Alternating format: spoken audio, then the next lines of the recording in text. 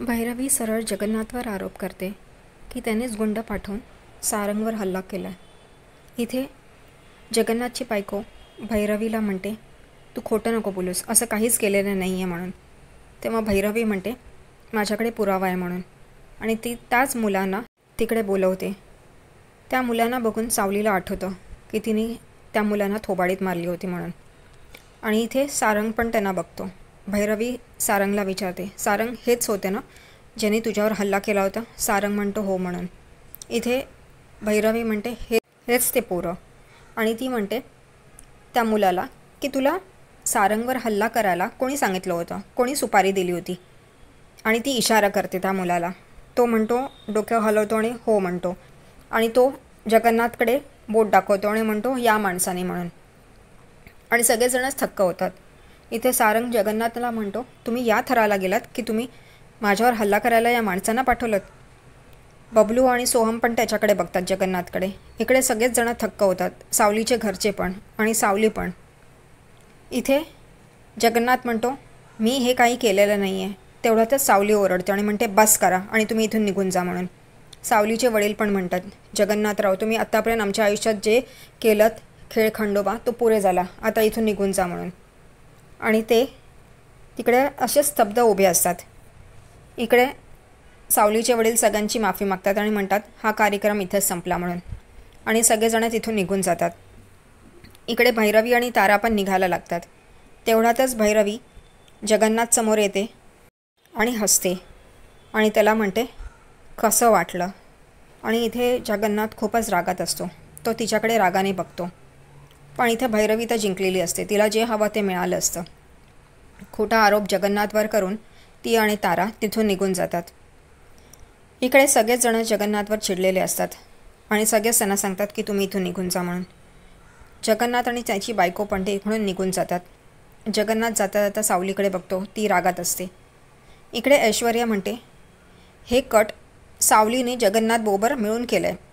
इथे पहिल्यांदाच सोहम ऐश्वर्या वहिनीला म्हणतो, ह्याच्या आधीही तू सावली वहिनीवर नको नको ते आरोप केलेस, आता बस झाले म्हणून, आता तू तिच्यावर आणखीन काही आरोप करणार नाही आहेस म्हणून। ऐश्वर्या म्हणते, माझ्याकडे पुरावा आहे या गोष्टीचा। सावली पण थक्क होते आणि ती सारंगकडे येते आणि विचारते, तुम्ही बरे आहात ना? तेव्हा ऐश्वर्या म्हणते, तू खोटं नाटक करू नकोस, इथे दाखवतेस की त्याची काळजी आहे आणि तिथे जगन्नाथ बरोबर प्लॅन बनवतेस ह्याच्यावर हल्ला करण्याची। इथे सावली म्हणते, असं काही नाही आहे म्हणून, आणि ऐश्वर्या म्हणते, माझ्याकडे पुरावा आहे, आणि ती जयंतीला हाक मारते। जयंतीचं नाव घेताच सगळेजण थक्क होतात।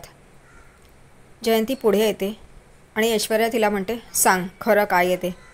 जयंती पलटते, ती सगळ्या गोष्टी खऱ्या खऱ्याच सांगते की कसं जगन्नाथने सावलीला ऐंधळांच्या घरी पाहिलं, नंतर तो घरी आला आणि तिला मुलगी मानलं, अमर नावाचा मुलगा आणला, त्याच्याशी तिचं लग्न ठरवलं आणि ऐन वेळेला ते लग्न मोडलं, आणि नंतर सारंगबरोबर तिचं लग्न झालं। ती म्हणते, एवढंच आहे सगळं, हेच खरं खरं आहे।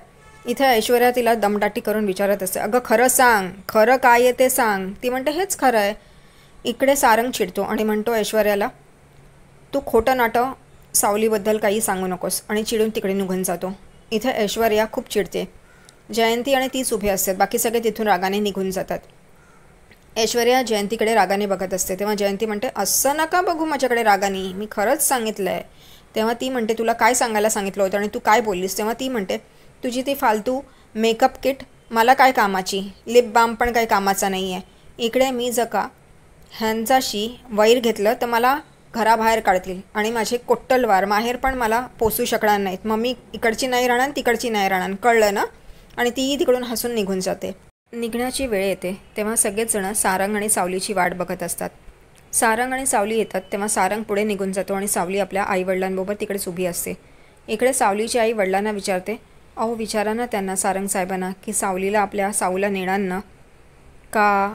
आणि हे सगळं सारंग ऐकतो। तो परत पाठी फिरतो, तिच्या वडिलांकडे येतो सावलीच्या, आणि म्हणतो, तुम्ही काळजी नका करू, आणि सावलीला म्हणतो, चल आपल्याला निघायचं आहे म्हणून। इथे सावली खूप खुश होते। सोहम, बबलू आणि अमृताबाईंनी पण खुश होतात। ऐश्वर्याचं तोंड पडतं। सारंग सावलीच्या आईवडिलांच्या पाया पडतो आणि कारचा दरवाजा उघडतो। सावली पण आपल्या आईवडिलांचे पाया पडते आणि सगळ्यांना बाय म्हणून बसते। आणि सारंग गाडीत बसून निघून जातो आणि मग सोहम, अमृता, ऐश्वर्या आणि बबलू दुसऱ्या गाडीतून निघून जातात. इथे सावलीचे आईवडील खूप खुश होतात की एकदाचं त्या दोघांचं जमलं आहे म्हणून. तिलोत्तमा आणि तिचा नवरा चहा पीत बसलेले असतात तेव्हा चंद्रकांत म्हणतो की आता सारंग आणि सावली येतील ना घरी. तेव्हा ती म्हणते हो, आणि ती मनात म्हणते ऐश्वर्या आता त्या मुलीला या घरात घेऊन नाही येणार. ती तिच्या प्लॅनमध्ये कधीच यशस्वी झाली नाही, असं झालं नाही आहे. आता बघा ती येणारच नाही या घरात करून परत. आणि तेवढ्यातच हॉर्नचा आवाज येतो. ते दोघंजणही बाहेर येतात कारण सारंग आलेला असतो म्हणून. इकडे तिलोत्तमा सारंगला आणि सोहमला बघून म्हणतात तुम्ही दोघंजणं किती बारीक झालात. सोहमला म्हणते आणि सारंगला की तुम्हाला काही खायला प्यायला मिळत नव्हतं का, किती वाढलात तुम्ही. सोहम आईला म्हणतो असं काहीच नाही आहे, तिकडे उलट खूप मजा आली आणि सावली वहिनीच्या हातचं तर खूपच टेस्टी होतं. गावकरी आणि सावली वहिनीच्या घरच्यांनी सारंग दादाला तर अगदी डोक्यावर ठेवलं होतं.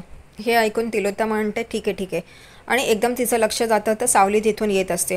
तिला अशी आशा असते की ऐश्वर्या आपलं काम फत्ते करेल आणि सावली परत या घरात येणार नाही. सावली तिलोत्तमाचे पाया पडते तेव्हा ती म्हणते असू दे करून, मी काहीच विसरलेली नाही आहे, त्यामुळे हे सगळी नाटकं बंद कर. इथे सावली परत मागे पाठ करते तिच्याकडे आणि उभी राहते. तिलोत्तमा सारंग, सोहम सगळ्यांना सांगते आत जा म्हणून आणि सगळेजणच आत जातात. इथे ती सावलीला म्हणते की हे सामान माझ्या घरात येणार नाही म्हणून, कोणीही आणणार नाही. आणि इथे बाकी सगळे निघून जातात. सावली एकटीच तिकडे उभी राहते. इथे जगन्नाथ 5 कप चहा पित असतो आणि त्याची बायको त्याला म्हणते ओ हे 5वा कप आहे, किती पित आहे. तर तो म्हणतो अपमान गिळतोय मी, आज जो अपमान झाला तो मी कधीच विसरणार नाही. तेव्हा जगन्नाथची बायको म्हणते आपण हे सगळं सावलीसाठी करतो, ती आपली मुलगी आहे. तो म्हणतो म्हणूनच मी हा अपमान गिळला, नाही तर हे कधीच उत्तर दिलं असतं. आणि भैरवीला तर मी सोडणार नाही, आता माझं तिच्यावर बारीक लक्ष असेल म्हणून. सारंग खिडकीत उभं राहून पाणी पित असतो तेव्हा तो बघतो की सावली एकटीच आपलं सामान उचलत असते. त्याला सावलीच्या घरचं आदरातिथ्य आठवतं की कसं तिच्या घरी सगळ्यांनी त्याला वेलकम केलेलं असतं आणि ती आता या घरात आली आहे तर तिला कशी वागणूक मिळते म्हणून. तो लगेचच तिच्याकडे बाहेर निघून जातो ते सामान घ्यायला आणि तिला मदत करायला. सावली बॅग डोक्यावर घेऊन चढत असते तेवढ्यातच तिचा तोल जातो आणि बॅग खालती पडणार आणि तेवढ्यातच सारंग पकडतो. ती म्हणते असू दे सारंग सर, मी उचलते. सारंग म्हणतो असू दे, मी मदत करतो तुला म्हणून. तेव्हा ती म्हणते तिलोत्तमा मॅडमने हे मलाच घेऊन यायला सांगितलं आहे. तेव्हा तो म्हणतो असू दे, काही हरकत नाही आहे म्हणून, चल आत म्हणून. तेव्हा ती म्हणते हो, परिस्थिती आपण बदलू शकतो पण माणसांचं काय, ते आपण बदलू नाही शकत आणि मी हे परिस्थिती स्वीकारली आहे. आणि ती तिथून पुढे निघून जाते आणि सारंग तोच विचार करत बसतो जे सावली बोलते ते.